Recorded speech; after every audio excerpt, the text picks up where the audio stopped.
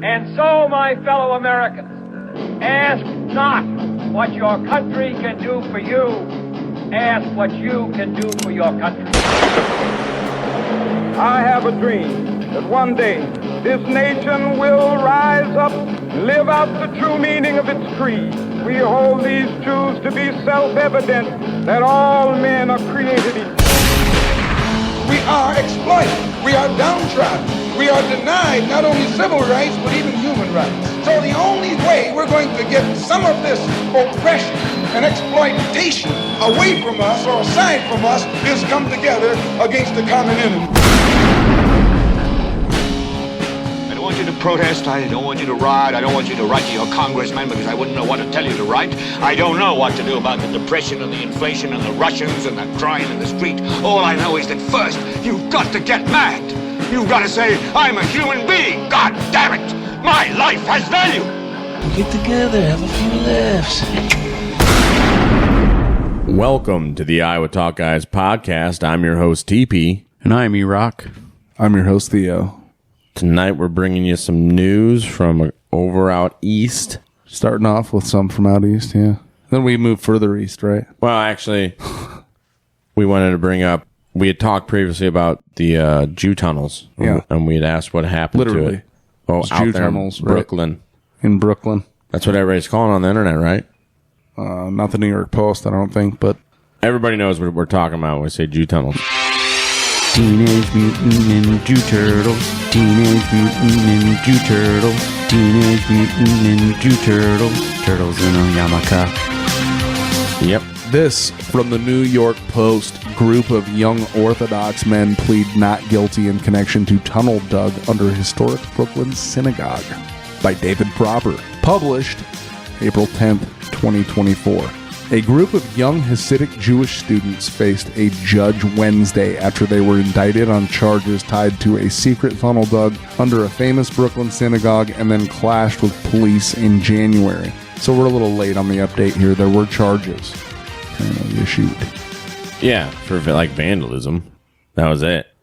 13 young men pleaded not guilty in court during their arraignments 3 months after the shocking hideout was discovered at the Chabad Lubavitch headquarters at 770 Eastern Parkway in Crown Heights. 8 of the 9 men who were previously arrested were in court with another 5 who were freshly charged on Wednesday.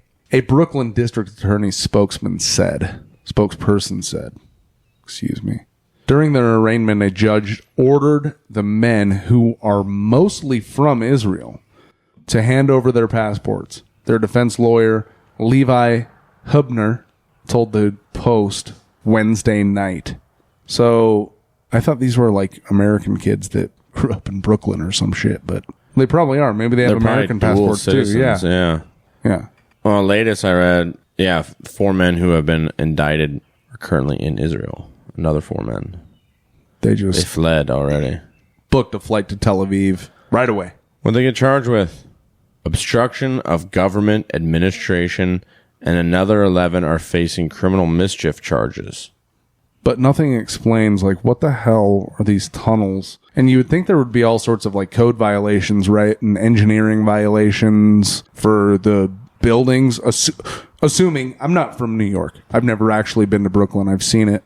And I realized, hey, I don't actually give a shit if I go any closer than seeing it right now from across this water. But I would imagine it's high rise, right? Because that's what New York is mostly. And aren't there, there has to be all sorts of ground and earth underneath that structure in order for it to remain structurally sound. But so there's no charges regarding that or the baby seats, like the high chairs and stuff, and then kiddo mattresses that were tucked away down there. And they had dug, which is just fucking weird, right? It says they gained entry into a deserted Jewish men's ritual bath around the corner of Kingston Avenue. A mikvah? Apparently. It's been abandoned. They did that. It's deserted. The Hakti. That's, which, by the way, is the TP meme of the month. Oh, I didn't. Yeah, I shared that. The Stephen Hakti. Well, yeah, that thing has gained fire, and Yeah, but nobody's liking it. It has like 2,000 impressions, but only like 12 likes, so it doesn't make any sense. But whatever. Well, the Haktua girl is awful popular. I mean, I've heard of her, so, and I don't pay attention to that shit. I was referencing the one that Davey Wavy posted. What's that? They were doing the circumcision. Yeah, man. Yeah, Haktua.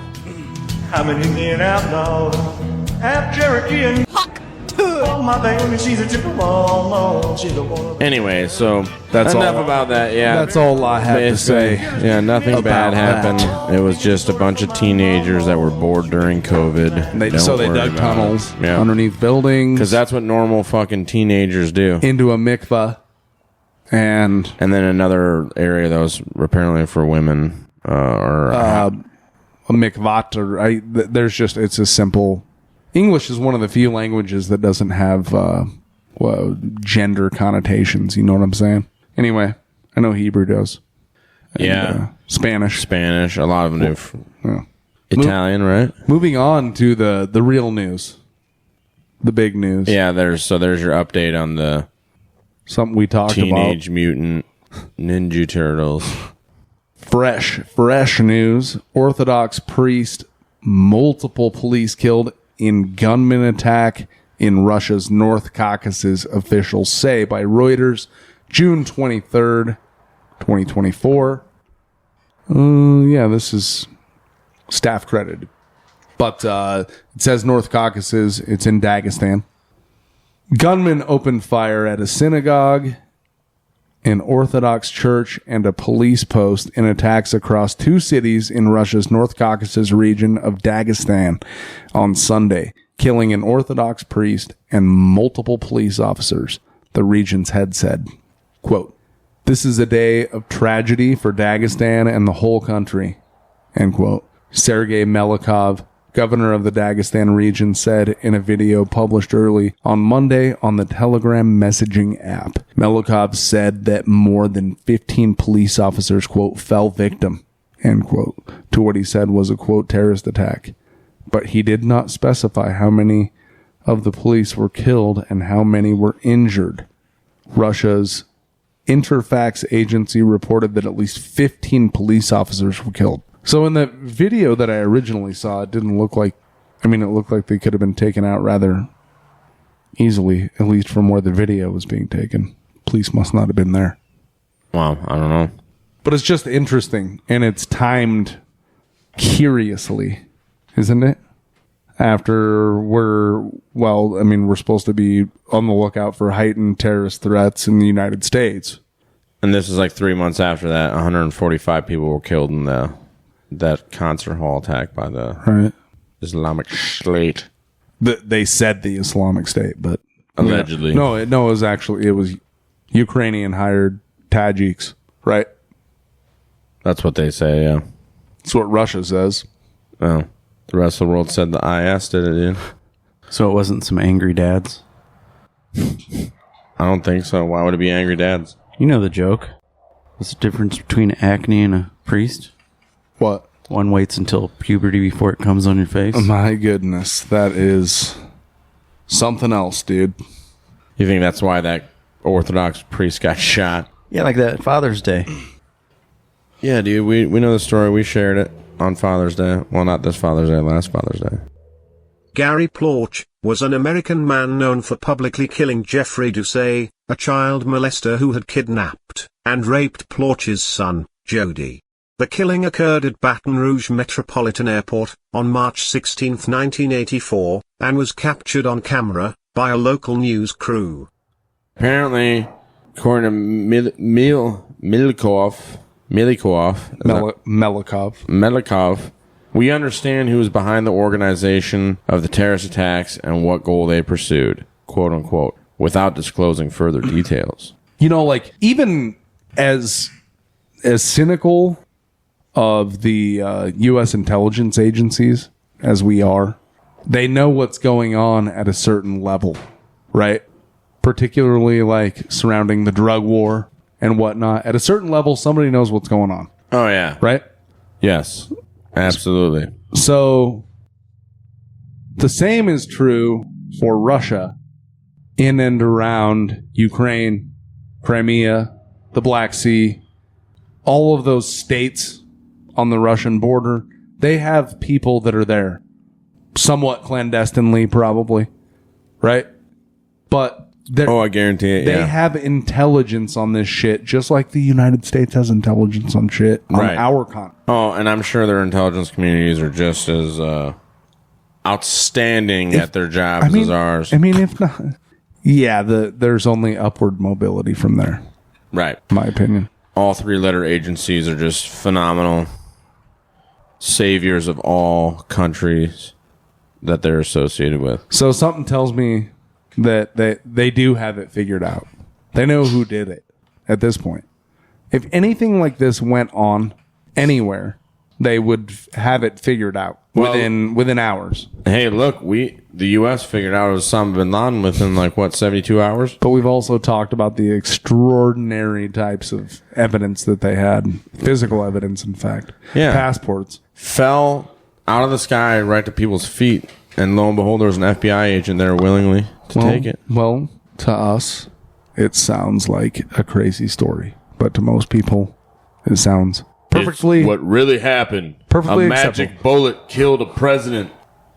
So, maybe it's just my overall mistrust of all governments, but Russia could be telling us whatever they want to. Right. Yeah. I do think that they have more incentive than the United States right now to tell the truth. Oh, I think they do too. Yeah, they're playing the game right. They're the new swinging dick. Part of it. Bricks. So, that terrorist attack happened. Who knows what's going on there? I mean, more news is going to come out. It says 6 of the gunmen were shot as it unfolded. But do they know the total of gunmen yet, by chance? Haven't quite seen that yet. Or they're using bump stocks? No, I believe they're using fully automatic rifles. Were they? That's what the last ones used. Why wouldn't these ones be using them? Sounded like there's a lot of gunshots. All the videos I heard, dude, there's a lot of gunfire. So, I mean... This is Associated Press. That's PBS.org, but by the Associated Press. Russia's Dagestan region mourns after gunmen kill 20 people, officials say. So 15 of those were officers. So 5 civilians. Yeah. So was this let's take a fight to the police? I don't know. It's just, it's weird. So the other one was more effective because it hit a concert hall where there were a bunch of people. And it killed 120 people. They're having 3 days of mourning.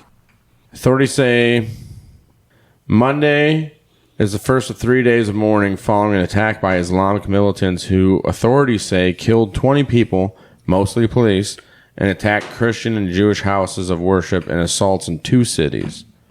Sunday's violence in Dagestan's regional capital of Makhachkala and nearby Derbent was the latest that officials blamed on Islamic extremists in the predominantly Muslim region in the North Caucasus. It was also the deadliest in Russia since March, when gunmen opened fire at a concert in suburban Moscow, killing 145 people. An affiliate of the Islamic State group in Afghanistan had claimed responsibility for March's raid and quickly praised the attack in Dagestan, saying it was conducted by brothers, quote, brothers in the Caucasus who showed that they are still strong, end quote.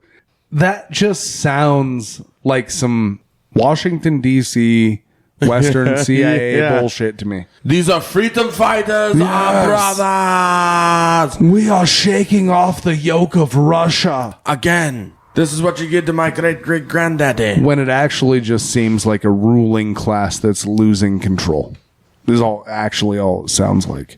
And that's our ruling class. Yeah, I read some bullshit propaganda piece the other day about how Russians are running to the banks, pull their money out because the Russian rupee is falling. Ruble. Ruble, yeah, sorry. That couldn't be further from the truth. After 14 rounds of sanctions, the Russian economy, as we talked about last podcast, is doing amazing. Save it until we get the bricks because we're going to talk about all that. We're going to get there. All right.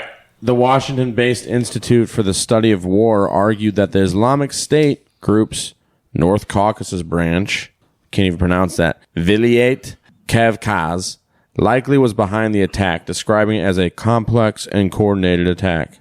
Yeah, no shit. Blamed sleeper cells. That's weird. Think any sleeper cells are here in the U.S.? Oh, yeah, we've talked about that. Yeah, probably. Is that what the mattresses are for? Take a sleep? Yeah, just like in a video game, dude, like Fallout. You just sleep anywhere you want in a tunnel. So we know how difficult fully automatic weapons are to obtain in the United States. Legally. Right, legally. It's assumed as soon as we You speak probably just it, buy brother. them from the Mexican cartel and then take a boat. But assault weapons? They got these things into Russia. It's totally different. Yeah, it's a lot harder to get them into Russia. Totally different ballgame. Yeah. Right? I agree. So, yeah, no shit, it was well coordinated, but who the fuck did it? That makes it sound like somebody with a lot better funding than IS. Yeah. Like maybe some sort of government intelligence agency. I find it kind of hard to believe that the IS or any type of IS making it happen without help is hard to believe. In recent updates, the leader of Russia's mainly Muslim Dagestan province, where gunmen last month staged deadly attacks in 2 cities, said on July 1, 2024, that the security threat was coming from, quote, international terrorist organizations, unquote. Politico reported on July 4, 2024, that the Dagestan province has announced a temporary ban on the wearing of niqabs, a full face veil with an opening for the eyes, following the deadly terror attacks on Jewish and Orthodox Christian houses of worship. I mean, yeah, we pretty much covered the basics. People can go check it out on their own. Just a little update. It's like they have this little toy soldier in their pocket that they can just pull out. Oh, the IS did it. Oh, your creation did it? We found out later. Yeah. You created them. When even like those of us that were kind of paying attention at that point were like, yeah, no shit. The Islamic State is probably fucking CIA created. Yeah, there's a strong possibility. Now, here's updated news update from the 24th. This is Atlas News Network. Russian state media reporting that the counterterrorism operations in Dagestani cities of Derbent and Makhachkala. How do you say it? Makhachkala. I'm not on it anymore. Makhachkala. Are complete with at least 6 gunmen killed and 2 reportedly captured. Here's where it gets interesting. Gunmen focus attacks on places of worship, such as churches and synagogues in both cities. 2 of the gunmen were identified as sons of local politicians. Right, yeah. Preliminary casualties assessments are 10 dead, including 8 security force members and a priest from Derbent. I remember reading that now that you said that. Over 2 dozen wounded, and a majority were police. Yeah, 15 dead police now we know. So this must have been an update from yesterday, but still, I never saw that in any of the articles about 2 of the gunmen being identified as politicians, kids. ISKP affiliated media channels have started to claim responsibility for the attacks. However, there has not been an official statement. Interesting, though. So it's really weird timing when it's choreographed with a missile strike. A U.S. missile strike. Yeah, Iraq found this banger. Well, is it a U.S. missile strike or is it a Ukrainian missile strike? Because if we read all of the headlines. And is it a missile strike or just missile fragments? These are good questions. But I think from traditional sources we've been reading that it's a Ukrainian missile strike. Yes, using U.S. cluster bombs. Yeah. According to CNN, at least 5 dead after missile fragments scatter over beachgoers in Russian-occupied Crimea. Yeah, we had to hit military targets on the beach. This is June 23rd, 2024 by Zahid Mahmoud. Not Jake Tapper. No, not Jake Tapper. So at least 5 people were killed and over 100 injured when a missile fragment scattered over beachgoers during a Ukrainian strike on the city of Sevastopol in Russia-occupied Crimea, authorities say. Quote, unfortunately, we currently have 124 victims, which 3 are dead children and 2 are dead adults. Gotta make that a point, he says. That was the governor of Sevastopol. Sevastopol, yeah. Mikhail. Think of the children. You go ahead. I don't know. Mikhail Razvosayev. Sounds good. Said on Telegram. Well, it's terrible. Well, the Russian Ministry of Defense said in a post on Telegram that Ukraine carried out the attack using, quote, U.S.-supplied ATACMS. ATACMS or whatever the... ATACMS. Operational tactical missiles equipped with cluster warheads.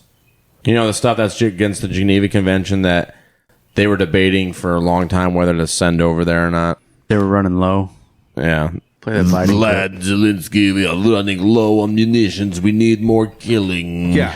And now it's on Russian territory. Well, it's not Russian. It's Ukrainian because it's on Crimea. Well, no, it's actually not. That's been historically Russian longer. They managed to get 4 of the missiles shot down by Russian air defense, but another one deviated from its flight trajectory in the final section due to the impact of the air defenses, with the warhead exploding in the air over the city. Yeah, that's terrible. So they must have used the air defense right over the beach when everybody's like, ooh, fireworks, and then got fucking pegged with shrapnel. They don't have the Iron Dome. They had something similar. That's how they shot these out of the sky, most of them. Well, Russia has everything like jammed around there, right? I mean, to try to scramble any signal from incoming missiles. Yeah. They had their territory covered that way. Eyewitnesses on the ground said there was no air raid siren which warned of the attack. Many local residents also took to comment the section of the official post to express their dissatisfaction about the air raid siren not alerting them to an incoming attack. Yeah, that'd be kind of upsetting. So let me ask you guys this. How would this go over in Homestead? Virginia Beach? Probably not very good. They didn't give us warning. West Palm Beach or Miami or something like that. How would this go over? Probably wouldn't go over very well. Like the American people would frantically and ravenously want war? Absolutely. Especially with the news. Well, Russia's Ministry of Defense said such actions will not go unanswered. ATACMS come out on top versus Russia's S-500 anti-missile system, Kiev Post.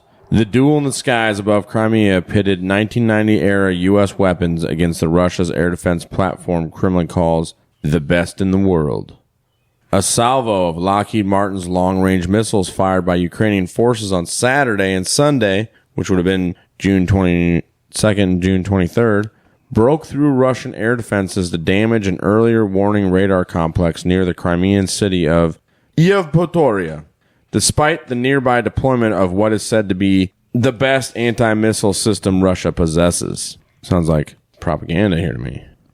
Ukrainian military sources backed by the video of the launch and the images from the impact area confirmed that at least 4 U.S.-manufactured ATACMS missiles had punched through Russian air defense on Sunday morning, strikes against an air defense installation on Crimea's southern coast.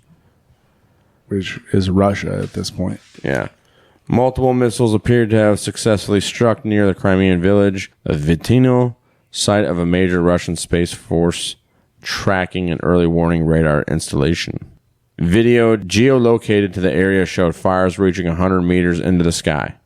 Russian mill bloggers confirmed an air defense site had been attacked and suffered substantial damage and major fires. Some identified the target as a NIP-16 space tracking and deep space communications center. I think that there was some sort of other center like that was attacked September of last year. So they hit their comms. Maybe that's why the air raid shit didn't go off. Who knows? But like Iraq had alluded to, though, at the end of that last article, Russia is not going to tolerate this, right? Right. Everybody should know it. It now appears that Russia has captured technology from undetonated ATACMS. Here is a July 3, 2024 update by Canal 13 News. Russia studying captured intact US ATACMS missile guidance system. The Russians have announced the capture of an intact ATACMS missile guidance system which the US supplies to Ukraine. The corresponding video is published by the state agency RIA Novosti. The video shows a Russian weapons expert with his face covered examining a component he says is part of the downed ATACMS missile. The expert claims that the captured equipment will allow Russia to study exactly how the American missiles, which can hit targets at a distance of up to 300 kilometers, are controlled during flight. The video shows inscriptions on individual elements of the unit that the Russian expert is talking about. In particular, the words ATACMS and U.S. Army Redstone Arsenal, Alabama are visible on them. However, at the time of this publication, independent experts have neither confirmed nor denied that the device shown by the Russians is actually part of the ATACMS missile and not a dummy created for propaganda. And this is an antiwar.com article we found. June 24th, 2024. Russia warns U.S., quote, retaliatory measures will follow, unquote, after deadly attack on Crimea, by Kyle Anzalone. Like calzone, but Anzalone. Right. And we've quoted him a lot over the past couple of years. In response to a deadly strike on the Crimean Peninsula that killed 4 and wounded over 100, the Russian Foreign Ministry said that Washington had effectively become a party to the war, and Moscow would, quote, certainly retaliate, unquote. The Kremlin says American missiles were used in the attack. Well, that's kind of what I meant to ask earlier. It was like Americans had to be used to launch these missiles, right? Because you can't just like, hey, it's like a fucking week onboarding at your local restaurant or some shit. This is a missile system. It takes a lot more than 1 week to train. So they probably brought in Americans to do it. Well, they had to have. Or NATO troops. Yeah. I mean, Can they just do it remote? they probably could nowadays, and that's Zoom what that'd it? be. Skype, I bet yeah. you that's the official story. COVID Zoom it. We never have any U.S. troops there, yeah. Or they sent troops somewhere else to get trained. Like, Well, we're still doing things remote. where's the 101st at? And Working from home? what's that country to the north? Poland? No, that the 101st is in. Oh, that's to the south, Moldova. Oh, Moldova. Are you sure it was Moldova? Southwest. All right. Anyway, they might have gone there for training, but on Monday, June 24th, the Russian Foreign Ministry summoned the U.S. ambassador to express outrage over Sunday's attack on Crimea. The Kremlin claims that American ATACMS missiles were used, that Washington provided intelligence to Kiev to coordinate the attack, and that a U.S. drone was operating near Sevastopol when the assault on civilian targets took place. So that's even more damning. That's not just, hey, you trained these guys, you gave them the weapons, you gave them intel, you had air on station, you had That's how these your missiles military work. That's how these coordinating. missiles work. Your military was coordinating with the Ukrainian military. Once again, blowing up the Nord Stream pipelines, that's not an act of war. I don't know what is. This right here, if this is not an act of war. These are missiles that are, it's not just like some missile crew involved. Like it's the fucking Soviets in World War II sending those shitty ass rockets that they had that killed people nonetheless. But, right. You know, no, these are like guided. They require satellites and shit, right? Yeah. You don't just shoot these fucking things off and hit what you intend to. Right. It takes massive amounts of mapping, training, It's not terraining. easier now, but yeah, it takes communication. And that's exactly what they used was the U.S. communications. Right. Imagine that. So according to a statement from the Russian foreign minister. So he's right. Yeah. The U.S., quote, has effectively became a party, unquote, to the war on Ukraine's side, adding, quote, retaliatory measures will certainly follow, unquote. The Kremlin said the deadly assault involved 5 ATACMS. The defense ministry reported that 4 were shot down and the 5th exploded over a civilian area. But Russia labeled the missile barrage a, quote, terrorist, unquote, attack on, quote, one of the most important Orthodox holidays, the Day of the Holy Trinity, unquote. Huh. It's like the Pentecost, right? Interesting. So that's why all these families were out enjoying their Sunday afternoon. And Vlad was like, hold my cocaine and beer while I push this button. Vlad Zelensky. Yeah. Not Vlad Putin. No. Vlad Zelensky. Putin was like, Let me snort this real quick and hit this button and fuck your holiday. he didn't hit any buttons except for The go on his button. nose. Yeah. His handler's like, you're right, Mr. President. You got complete control. Yeah. We get these latest shipments straight from CIA. They send it straight to us. They bring it with the ATACMS missiles. The best cocaine and There it is. LSD. I think Hunter Biden was on Burisma. Right? Yeah, no shit. I know where to get the best coke. The Russian Defense Ministry reported that the ATACMS were cluster bombs. Such bombs contain submunitions and are designed as anti-personnel weapons meant to scatter small submunitions over a large area. The U.S. has outlawed the export of most cluster weapons because of how deadly the submunitions are for civilians. You know, I was going to say it's really interesting that over past decades they were outlawed because they're inhumane, right? But now, Yes. all of a sudden, they've been green-lighted for Ukraine. It's necessary now.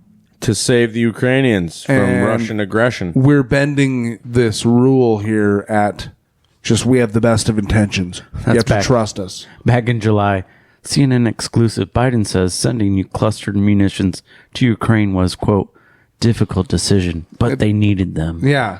July of 23. Yeah, July Right. 7th. So a year ago. 23, yeah. That was a year. Yeah, a year ago. We warned you last summer to stay away from Crimea. But the same thing happened with the warning about F-16s. Got them. M1s. Got them. You know, they've kept doing this. So. Yeah, so mind you, Crimea has been annexed since 2014. Right. When the Civil War happened, they had a major naval base there that they were not going to give up and just let... Russia did. Yeah, Russia did. Right. They weren't just going to let Ukrainian rebels or whoever walk in there and take their shit. They weren't giving And the them rest of the world, Europe was like, yeah, we totally understand that. Right. There's a civil fucking war going on. And they didn't fire a shot. Yeah, nobody batted an eye. So they took this piece of land, like, I don't know if you look at it, it's pretty good size. Well, without firing a damn shot. And historically, it was Russian way before it was Ukrainian. Well, So- yeah. The people weren't actually disappointed that it happened. Right. They were actually, there's videos of them waving Russian flags. And Soviet flags. Oh, yeah, that too. But anyways, going back to your statement that you made, like, what if this were to happen on U.S. soil? And I didn't make a statement. I just asked a question. Like, yeah, what the so you asked a question. People would be enraged. How do you think that would happen? Or even if it was a false flag attack, how do you think that would happen? They just did it to Pearl Harbor. Right. Well, and Somewhere far away. we didn't talk about this, but back on June 17th was when the Russian naval vessels left Cuba without incident. They were down there for 5 days. Yeah, that was right after we recorded last, I think. I think that was like the day after we recorded last, so we missed it. Yeah. And then we just never went back to it, but now it's done and over with, and there's some But good... it's big news. Yeah, there was a, I don't know what the fuck you call it, flotilla, like a little... Yeah, a small fleet. A maneuver, yeah, of Russian Navy power. And I remember asking you guys, I think, like, well, they have to have a sub with them, don't they? And it came out. They had a sub. Yeah. Which, guess what they have on them? Nukes. ICBMs that are ready to, go, like, cavitate through the water and get Kill life everywhere. Yeah. So it's not a joke. That's what, like, the Bay of Pigs was. Not a joke. It's what the Bay of Pigs was all about and whatnot. Well, I mean, we're closer than that. And Ev and I referenced the Gulf of Tonkin. Cuban Missile Crisis. We're closer. We are closer than that right now. Oh, you're talking about Gulf of Tonkin, like there's going to be a false flag. Like, Oh, yeah. made up. Like, Yeah. Well, that's the point. This could be an absolute... Washington, the trigger. D.C. are the ones in the position to do it. And you can't put it past them because they've literally done it before. So many times. This is same story has been pulled over our eyes. Remember the Maine, the Lusitania, the Gulf of Tonkin, babies in incubators, 9/11. Weapons of mass destruction. Yeah. Bin Laden's in Afghanistan. Hiking. He's just hiking around. Hauling his freaking dialysis machine on his back. Like a mountain goat. Just getting his shit pumped out. Just dumping it down the side of the mountain as he goes. That's how you do it when you're a billionaire kid. Yeah, when you come from Saudi with money. Yeah, I don't think that happens. Yeah, anyway. On June 17th, this is Ted Snyder, antiwar.com, June 23rd, 2024, why Putin sent Russian ships to Cuba. On June 17th, Russian naval vessels left Cuba without incident, concluding a 5-day visit. The visit may have been without incident, but it wasn't without meaning. Frustrated that their diplomatic messages were not being heard, Russia sent a louder message. But that message may not have simply been about projecting power as the West has presented it. On June 12th, 4 Russian naval vessels docked at Havana Bay in Cuba, just 90 miles from the coast of Florida. The vessels included the Admiral Gorshkov frigate, the Kazan submarine. Though they can both carry advanced weapons, neither were carrying nuclear weapons, so they say. Yeah, so they say, but also that's somewhat of a gesture, too. In reference to that, and also, or I should say in a response to that, and then a reference also to the last episode when we were talking about, we played that clip where Vladimir Zelensky talked to Xi in China, and they said they weren't going to supply him, right? Weapons, and we're going to support Russia. Yeah. Remember that book, Art of War? No, we give you no weapons. We'll give you everything to make the weapons. Remember Art of War, the book? Of course. Sun Tzu, yeah. From China? Yeah. Okay. Deception should be your number one tactic, right? So, yeah, no, we do not have nuclear warheads on the submarine. Right. Yeah. Wink, wink. I mean, that'd be what you would say, right? Same thing with China. Yeah. Oh, we're not going to supply Russia with weapons. You can trust us. Right. We only just talked this one time. Why wouldn't they? Putin let me bang his daughters. What? That was Z when he was on the phone with Vlad. That's what he was saying to him. Yeah, right. You can trust me, Vlad. We only met once and talked this twice time. Who knows? But, Putin, he's a real good guy. Lets me bang his daughters. Very nice. I don't think that happens. Anyways. The 2 vessels make a strong statement. The Russian frigate Admiral Gorshkov, quote, one of the Russian Navy's most modern ships, end quote, is capable of being armed with Zircon hypersonic missiles.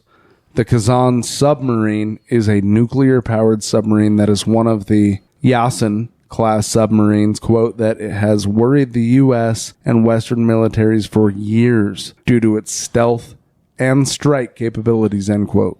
It is quiet and tough to track and can carry cruise missiles. Nice. So it's not like the Russians don't have technology. It's one of the wildest arguments to me is, well, the United States has the technological edge. Do they? Well, apparently. But a Newsweek article says the Russian submarine's damaged hull during Cuba visit raises questions. Images of the Russian nuclear-powered submarine that docked in Havana last week for military drills appear to show some damage to its hull. Observers of the ongoing Russian war shared photographs of the docked submarine on social media, pointing to gaping holes in the vessel's hull. And yeah, like you were saying, submarines are typically fitted with stealth coatings and inocular tiles. But it got damaged? It is common to see patches of missing tiles on the hull. It's rumored that the Kursk went down because of a U.S. torpedoed. Quote, the Russian submarine started falling apart during its trek to Cuba, wrote Igor Sushku, a Ukrainian military blogger. I don't really believe anything that those bastards have said this whole time. Yeah, that sounds weird because we just read that they left without incident. Will it make it back to Russia? I say declaring emergency and heading to the port. Yeah, he's in a desperate position. Yeah. The Ukrainian, what is he? Military blogger. That's just my opinion. Executive director of the Wind of Change just my research opinion. group. While docked, Russian divers were seen around the sub, presumably trying to repair the tin tub. Shocking, the sub is only 6 years old. Note, losing tiles is a problem Western subs also suffer from. Usually adhesive problem and continual compression and expansion of the hull. So it's not that big a deal. It sounds the hull of the submarine, despite being made of super strong steel, flexes as the submarine goes deep, and the coating is exposed to temperature changes. So the next time you see a submarine with visible scars where the coating has come off, realize that it is a common problem which reflects the hard operating conditions. Well, yeah, Fix maybe in the works. Underneath the ocean, a few fathoms of seawater, 10,000 leagues under the sea. There's a lot of pressure.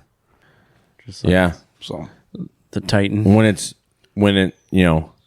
it's long and hard and it's deep under pressure, sometimes things come out. Sometimes it just wants to blow. So, yeah, you got that then. Well, just to finish this up, it says real quick, the Pentagon has said that the Russian fleet did not pose a threat to the United States, although the U.S. did deploy ships, reconnaissance planes, and sea drones to monitor and track the vessels. The U.S. also sent a fast attack submarine to Guantanamo Bay, and their Canadian ally sent a Navy patrol ship into Havana. Oh, that was nice of Trudeau to do that. I got your back, brother. Trudeau, as Klaus would say it. Cockbonnet. I mean, there's a lot more to read about that, why they were there and everything, but yeah, that was the situation that unfolded. And you can see propaganda's running hard on it. And the U.S. might be a little worried. I think so. It should be. You know who else who should be worried, though? People in Gaza. That's right. Got an antiwar.com article here, right, from Kyle Anzalone. Netanyahu rejects any deal that leads to permanent end to war on Gaza. June 24, 2024. No shit, he does. Israeli Prime Minister Benjamin Netanyahu says he will only agree to a partial deal with Hamas that allows him to restart the assault after a pause to exchange hostages. By that fool who ordered the pause. Hey, okay, we're gonna... You got to get this. You got to get this. Remember that video? Remember that video? Yeah. You're not going to believe this. So I offer them to exchange hostages, and then we're just going to resume to fucking killing everybody. But they turned it down. I can't believe it. So we're just going to kill everybody, including the hostages. That's right. Blame it on them. The remarks show that Netanyahu is unwilling to sign on to an agreement proposed by President Joe Biden. Yeah, I'm sure that President Biden drafted it himself before he went to bed one night. Before he ate Italian food and had chocolate chip ice cream. Right. On Sunday night, speaking with Channel 14, Netanyahu said he was, quote, prepared to make a partial deal. This is no secret that will return to us some of the people, end quote. He continued, quote, but we are committed to continuing the war after a pause in order to complete the goal of eliminating Hamas. I'm not willing to give up on that, end quote. And by Hamas, I mean all of Palestine. Every man, woman, and child in Gaza and then the West Bank. Hey, brother, the children grow up to be Hamas too. I'm sure that's their mentality. However, Netanyahu's temporary pause is a rejection of the three-phase deal that Biden proposed at the end of May, that the president claimed originated in Tel Aviv. That agreement would see a ceasefire for negotiations and a hostage exchange. Phases 2 and 3 of the Biden deal call for the Israeli withdrawal from Gaza, a permanent end to the fighting, and the rebuilding of the Strip. Perhaps a deal where like Kushner can get in there. Him and his buddies would love to help rebuild the Strip. Yeah, Larry Fink and BlackRock can get in on the contracts. Oh, there. absolutely. Like the same deals they gave Iraq to help rebuild, right? Right. They have experience doing this. Absolutely. So Netanyahu is talking about not stopping, right? Not going to stop. Maybe it has something to do with this. I found this article because 2 years ago we talked about how off the coast of Gaza they found a very large reservoir, national gas reservoir. Might be some incentive for some countries to want some of that pie or all of that pie. Piece of that pie. They want all of it.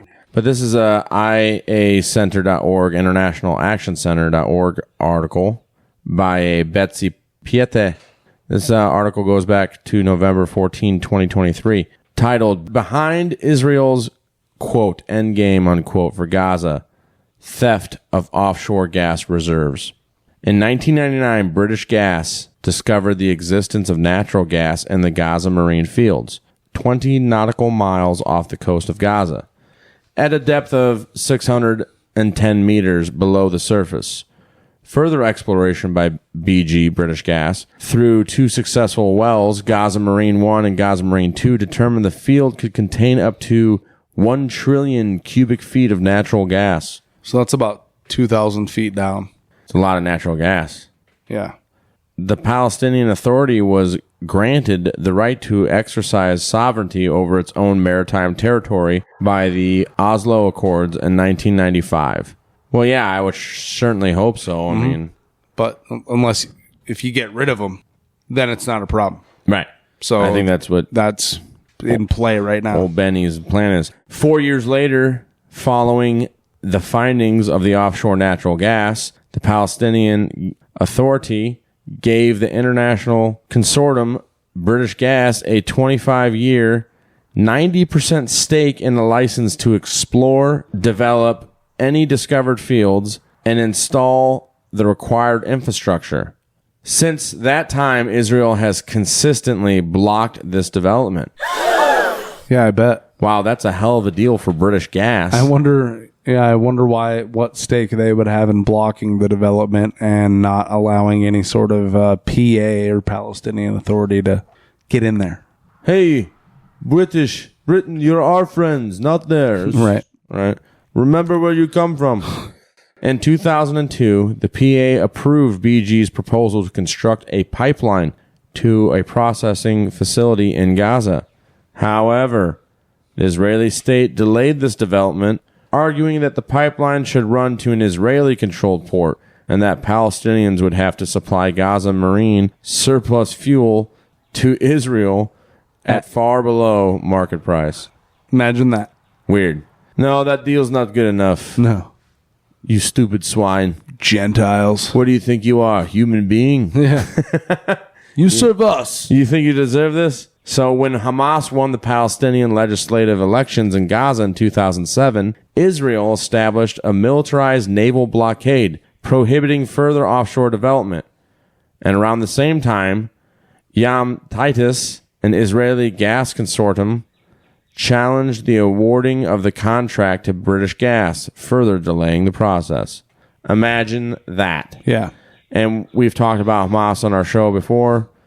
Most likely, this was a creation of Mossad. Yeah, well, they admitted as much. Yeah. Netanyahu admitted as much, too. So it's more than most likely. And they've admitted also, they've stated, we fan how high the flame burns with Hamas. Yeah, Netanyahu said we control how high the flame burns or whatever. Yeah. So, anyways, in December of 2008, in total contravention of international laws, Israel declared sovereignty over the Gaza Marine area, and British Gas closed its offices in Tel Aviv. Nope, we don't want you here anymore. Thanks for doing all the exploration. Dumbass! Now you get out, and you saw what happened in the Liberty. So we'll do it. Right, we'll blame it on Hamas. Right. Everybody will believe it. Royal Dutch Shell bought out British Gas's interest in the Gaza Marina fields for $52 million in 2016.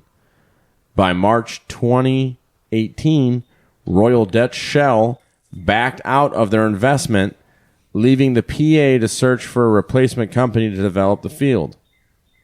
I wonder why. It's like somebody came in and strong-armed them or something. Yeah, some economic hitmen. Yeah.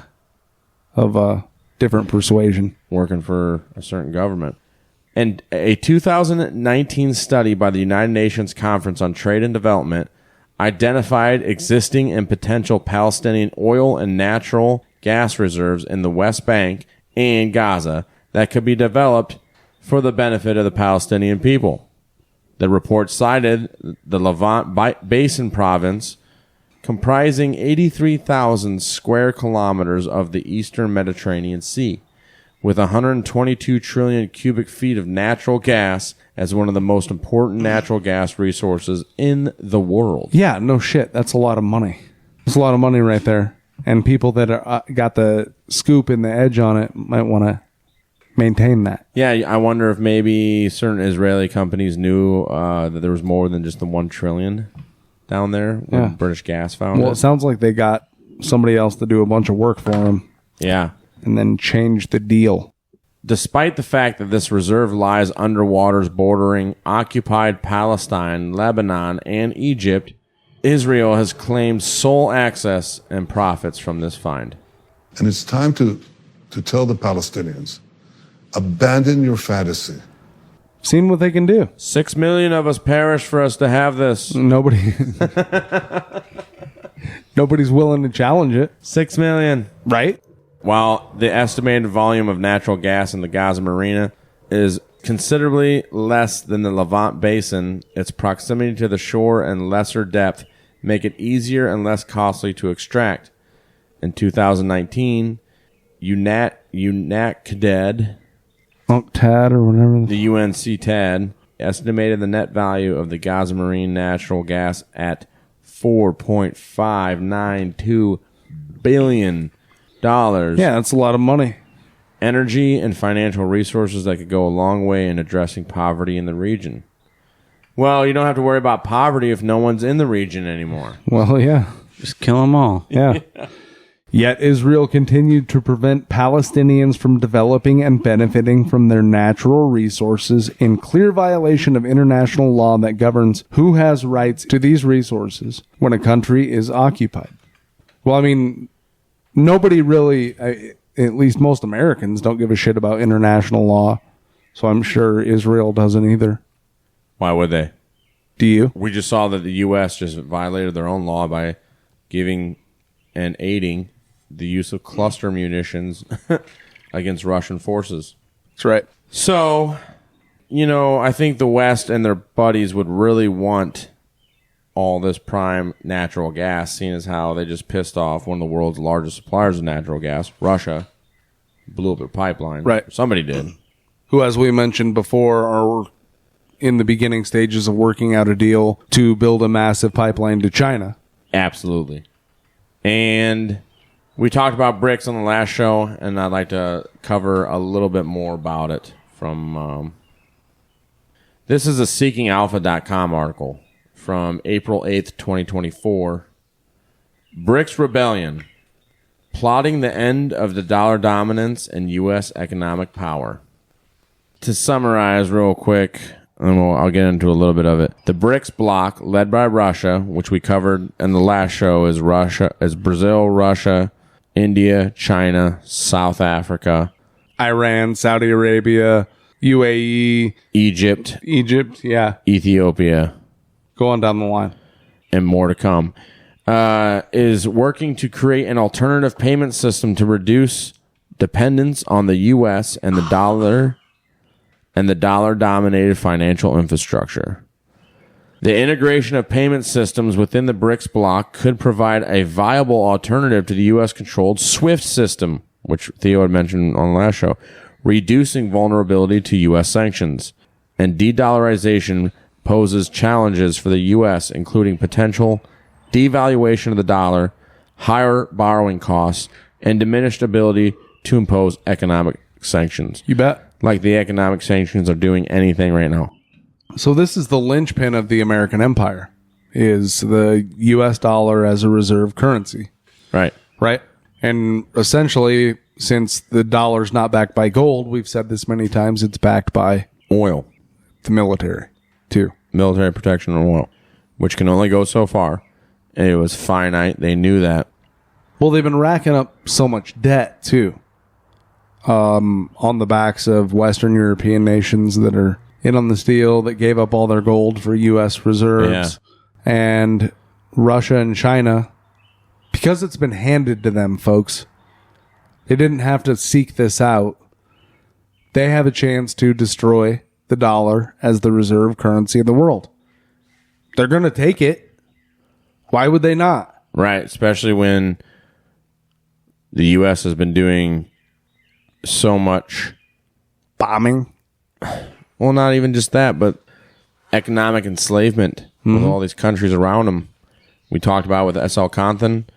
It's in that book, Confessions of an Economic Hitman, John Perkins. And it's the empire we are witnessing the death throes of an empire. We played that Dave Smith clip on the last show at the end of it, right? It's coming to an end. Hopefully, it doesn't end in a super tragic, violent way. There may be some violence, but we don't know. But with the BRICS formation, it doesn't mean the end of the world, right? It just means basically an end of an era, right? For us, for Americans. It could mean that, but we see the trajectory that Washington D.C. is on, and it looks like it means something else. Like we've been saying, well, we always say they'll throw the chessboard, right? Yeah. Well, Kim.com was on Alex Jones, and he brought up a bunch of economic facts surrounding the United States and the inevitable collapse. And he said when it happens, it's going to be total economic collapse. When the dollar is no longer used as reserve currency, it will be total economic fallout in the United States. That's true, I think. It'll happen under Trump's watch. Well, he also mentioned that Trump said that he hopes it happens before the election. That way he doesn't get blamed for it. Yeah, well, that's probably not the way it's stacked up. In the game show, wouldn't it look so much more fitting that everybody's pissed off at Biden but then Trump could use that as, this is Biden's fault. You know, I had everything going good until we gave him the reins, and people were like, yeah! Mm-hmm. Wasn't it whatever? Save me, Daddy! Isn't that what every president does? They blame them. Oh, yeah, that's what Obama did, Bush did, Clinton did, Bush did. Well, Kim.com mentioned that this is precisely why they are escalating to the point with Russia and China that they are right now, is because they know that economic fallout is imminent. It's going to happen. So, and Russia and China are the bulwark of that, right? So, why not start a war with them? Because war's a racket. We can generate some money. Well, BRICS, keep people working. BRICS also has this idea of creating like a pool of currencies. Yeah, it'd be like half the world's money. So all of their currencies are being traded together. Everybody's benefiting in some way, shape, or form. And then I imagine that they would have some sort of centralized currency to trade oil in and shit. They're literally halfway to a one world currency at that point. Right. The U.S. dollar was a great starting point. Everybody learned so much from it, right? Once again, we talked about that militarily, about how like Russia and China were standing back as the United States was in Iraq, Afghanistan for 20 years. But guess what? They were learning things economically as well. Oh, yeah. Standing back and watching. Weren't economics created in China, ancient China? I mean, it wouldn't surprise me. But we're talking about a scenario where we're adding like $1 trillion of debt every 3 months. That's sustainable. That's not going to go on forever. That's not sustainable? No. The talking box told me, dude. So is this why we need the Jews on our side? I thought that this would be actually kind of an excellent point. Good job, E-Rock. That was pretty fucking gnarly. To bring up fuel prices elsewhere, what people are dealing with now, and then mind you, it'll get worse after serious fallout. But right now, if I did my math correctly, like 1 gallon of gas in London is $5.50. It's $5.50 roughly. Bogus. They pay by the liter too. Well, this illustrates the economic advantage that we have had our entire lives, and in the early 70s, the abandonment of the gold standard and the adoption of the petrodollar, OPEC. We have enjoyed cheap gas prices precisely because oil was traded exclusively in US dollars. This was a privilege that we know nothing. We know no different. But when the privilege gets taken away, you can see people throwing a fit, even if they don't know any different, right? You see it all the time with all those white privilege motherfuckers crying at campuses. $7.30 a gallon in Paris, roughly. So Paris is all fucked up right now, too. They have those low emission zones, too. But they've been dealing with way higher gas prices than us for a long time. Their mass transit, though. Their farmers were rioting over the diesel price increase and all that stuff. But they're about to get higher everywhere, at least in the West. It's all part of the plan. Trust the plan. So we're going to have somebody come on and talk about cryptocurrency too. Like ways to, even if you don't have that much wealth, ways to protect yourself. We got a guy. A bit of a dual expert. Not only is he an expert in health, but he loves cryptos as well. Well, yeah, he does. Yeah. He'd probably love Dr. talking about Slater. it. Yeah, we should have him We should on. see what he... yeah. We need to get him on anyway for a health update. There's a lot going on in the health world that we're not getting to. It'd be a lot better for him to explain it than us. Yeah, absolutely. We got good feedback about Doc Murphy. Everybody loves him. We love him. He's great. He's the shit. Yeah. Doc Murphy is the bee's knees. So, all this other stuff, buy I'm sorry. gold and silver. At Slater Murphy on X. Yeah. Buy gold and silver. Gold and silver. We're not financial experts by any means, but that's... Store of value. That's always been. Always has been. And will be for millennia. You read about them talking about weights of silver and whatnot in the Bible. For instance, a talent of silver, right? Yeah. So a denarii is gold, I believe. So there you go, gold and silver, folks. Now, also, if you like the show, please share it. That is like the best way to get us out. We're heavily shadow banned, like we discussed. They don't like what we're talking about one bit. Yeah. On that Instagram post, I had like 2,000 something views.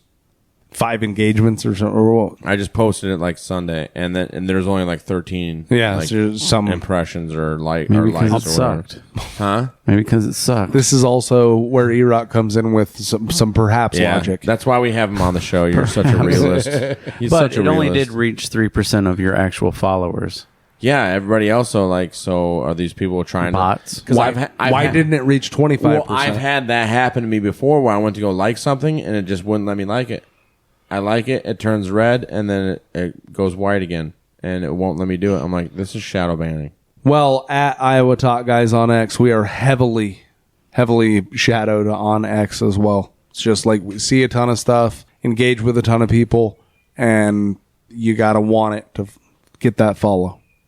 But we're here. We'd rather have downloads, people listening to the show, than any type of follower on our social medias. So word of mouth. Share the show more than anything, if you could, please. That's it. Yeah.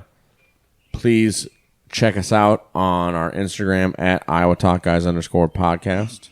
On YouTube and Rumble at Iowa Talk Guys. And IowaTalkGuys.com. And, always remember.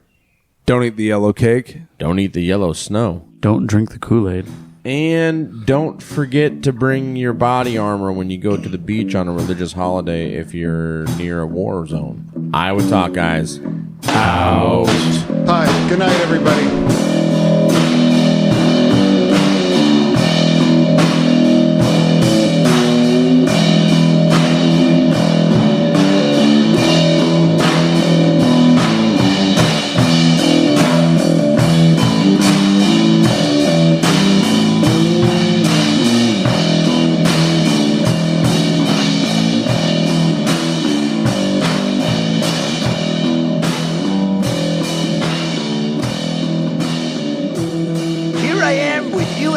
And I'd rather be here. I'd rather be here. So thank you very much. Very nice. Appreciate it.